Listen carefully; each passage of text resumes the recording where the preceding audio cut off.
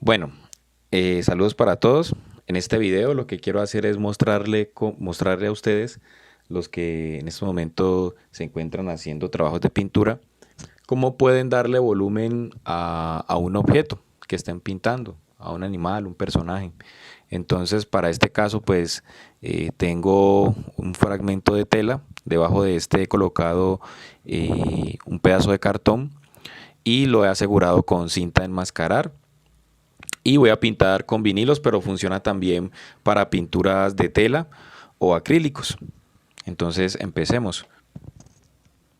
Algo que olvidaba mencionar es que este tutorial está enfocado para los estudiantes que se encuentran pintando camisetas en la clase de taller gráfico textil. Bueno, lo primero que vamos a hacer es obviamente rellenar nuestro dibujo. Empiecen por el borde, tratando como de dejar bien el borde.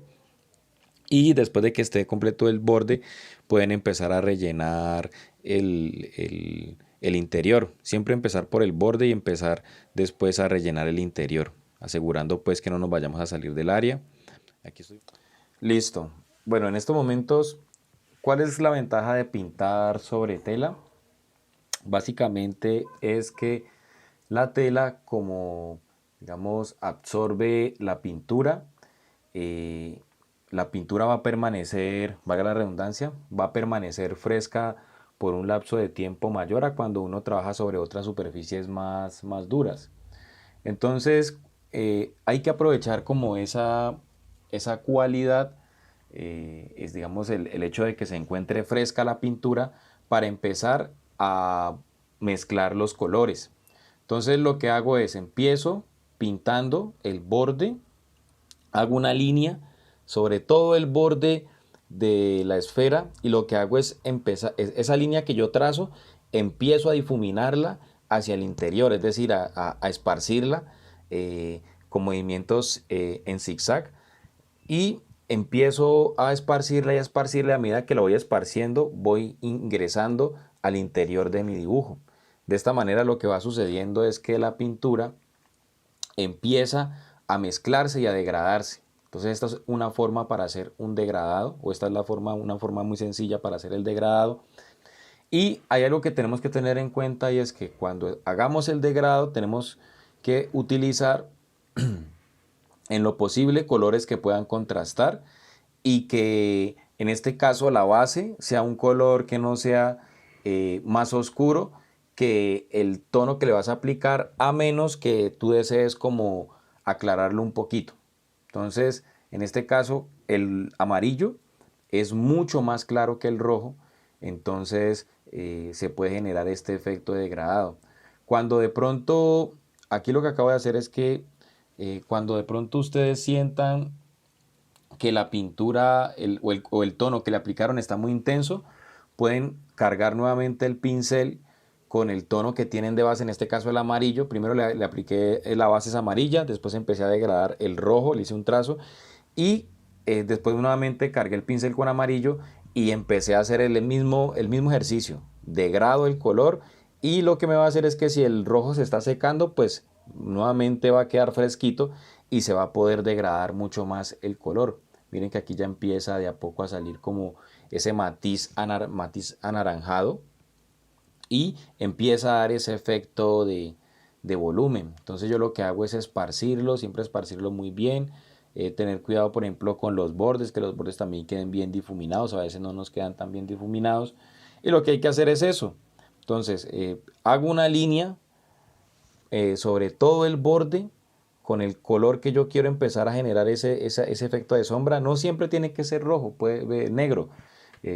Uno puede utilizar colores oscuros, violeta, azul, un verde oscuro para generar unas tonalidades o unas sombras que hagan juego también como con la imagen y que además no le dé como una apariencia un poco como tan, como de quemar tanto el color, sino más bien como que le dé unos matices un poco más, eh, no sé si pueda decirlo realista, pero pues que tenga relación como con ese color de base. Entonces aquí, por ejemplo, estoy utilizando es un rojo para empezar a darle volumen, y puede ser que después le aplique un color oscuro como el negro para generar una pequeña sombra más oscura todavía.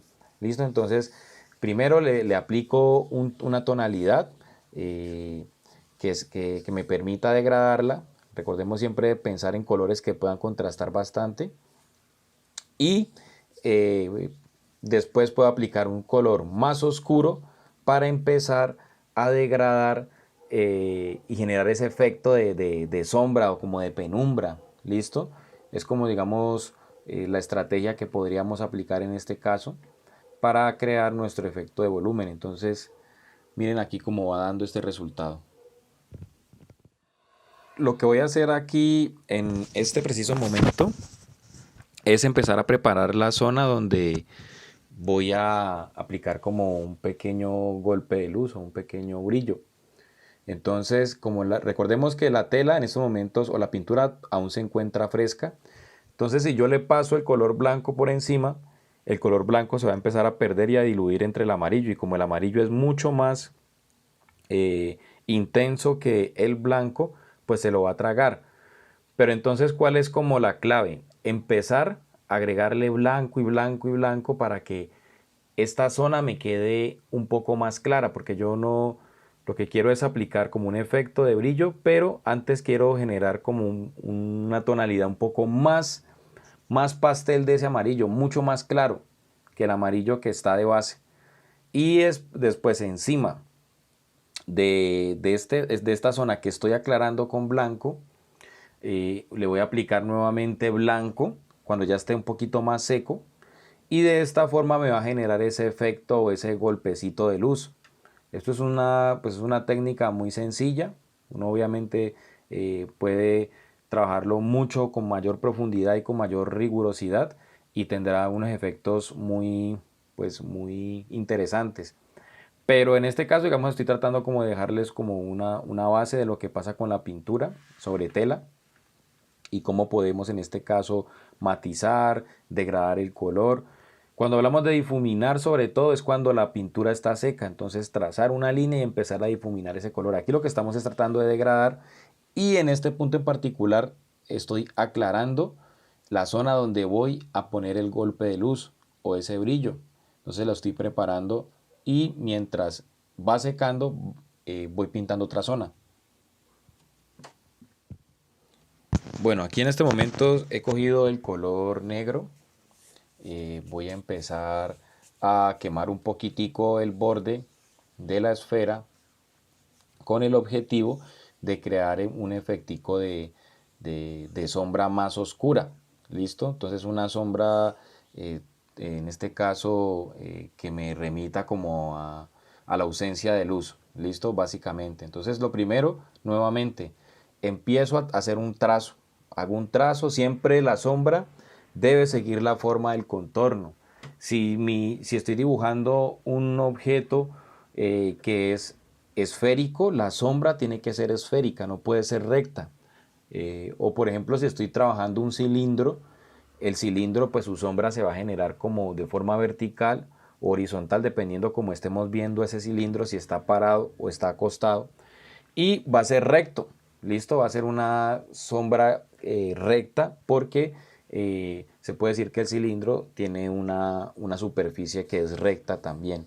Entonces lo mismo, hago el trazo con el color que voy a degradar en este caso. Entonces empiezo a hacer un trazo, y ese trazo empiezo a difuminarlo. Si yo considero que de pronto el color se ha diluido mucho, se ha degradado mucho y necesito repasarlo, entonces vuelvo y cargo el pincel, en este caso con negro, y vuelvo, hago mi trazo y empiezo a difuminarlo y lo voy difuminando. Importante cuando trabajen con el color negro, siempre limpien un poquito el pincel si lo que ustedes van a pintar no requiere tanta, digamos, o quemarlo tanto, oscurecerlo tanto, porque el negro, pues como es un color tan intenso, el más intenso de todos, una pizquita que uno le eche a algo inmediatamente te lo oscurece. Entonces hay que ser muy cuidadosos cuando utilicemos el color negro para quemar el color. Entonces aquí en este caso estoy empezando a generar como ese efecto de sombra, y obviamente tiene que ser al lado opuesto donde yo voy a colocar el brillo. Listo, la luz viaja en línea recta y donde golpea la luz, al otro lado tiene que proyectarse la sombra.